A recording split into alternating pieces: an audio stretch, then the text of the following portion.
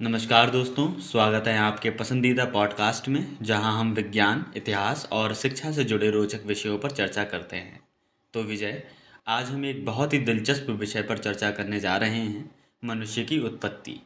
ये सवाल तो सदियों से पूछा जाता रहा है कि हम कौन हैं, कहाँ से आए हैं और कैसे विकसित हुए हैं। और इस बहस में विज्ञान और धर्म दोनों की अलग-अलग राय रही है। बिल्कुल पृथ्वी। जब चार्ल्स डार्विन ने अपनी पुस्तक द डिसेंट ऑफ मैन लिखी तो उन्होंने पहली बार यह वैज्ञानिक आधार पर समझाने की कोशिश की कि मनुष्य भी बाकी जीवों की तरह विकास की प्रक्रिया से गुजरा है।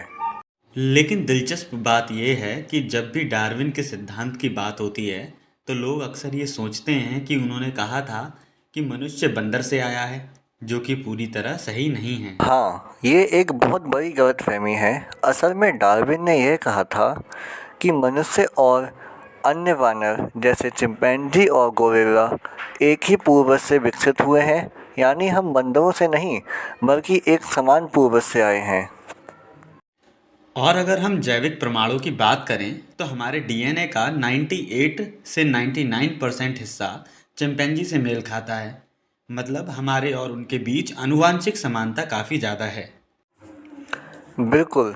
और यही वजह है कि वैज्ञानिक यह मानते हैं कि करीब 6 से 7 मिलियन साल पहले एक कॉमन एंसेस्टर से मनुष्यों और चिंपैंजी की अलग-अलग विकास शाखाएं बनी और उसके बाद होमिनिन्स यानी मानव पूर्वज धीरे-धीरे विकसित होते गए। अगर हम उस विकास प्रक्रिया को देखें तो ये कोई अचानक हुआ बदलाव नहीं था। सहेलेंथ्रांथोपस, ऑस्ट्रेलोपिथेकस, होमे हैबिलस, होमे इरेक्ट्स, इन सभी ने एक लंबी यात्रा तय की। सही कहा।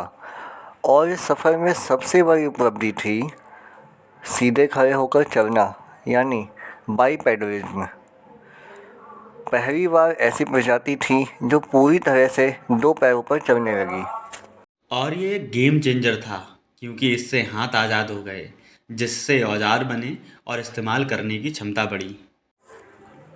यही वजह है कि जब होमो हेबिलस आया तो उसे हैंडीमैन कहा गया, क्योंकि इसने पहली बार पत्थर के औजारों का इस्तेमाल किया।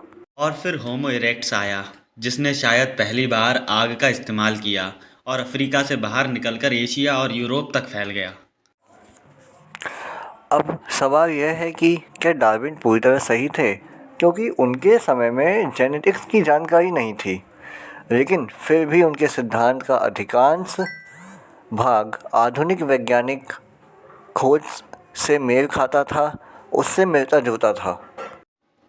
हाँ, जैसे डीएनए एनालिसिस से हमें यह पता चला कि मानव और निएंडरथल्स के बीच जेनेटिक कनेक्शन था, यानी हमारे पूर्वजों ने निएंडरथल्स के साथ कुछ हद तक मेलजोल भी किया होगा। और कुछ सालों पहले डेनिसोवन्स की खोज हुई, जो निएंडरथल्स की तरह एक अलग मानव प्रजाति थी, और आधुनिक मनुष्यों में उनके भी कुछ जीन्स पाए जाते हैं। इसका मतलब हमारा विकास किसी सीधी रेखा में नहीं हुआ, बल्कि ये कई शाखाओं में बटा हुआ एक जटिल नेटवर्क था। और इसमें नेचुरल सिलेक्शन यानी प्राकृतिक चयन की भूमिका सबसे अहम थी। वही तय करता था कि कौन सी विशेषता आगे बढ़ेगी और कौन सी विलुप्त हो जाएगी।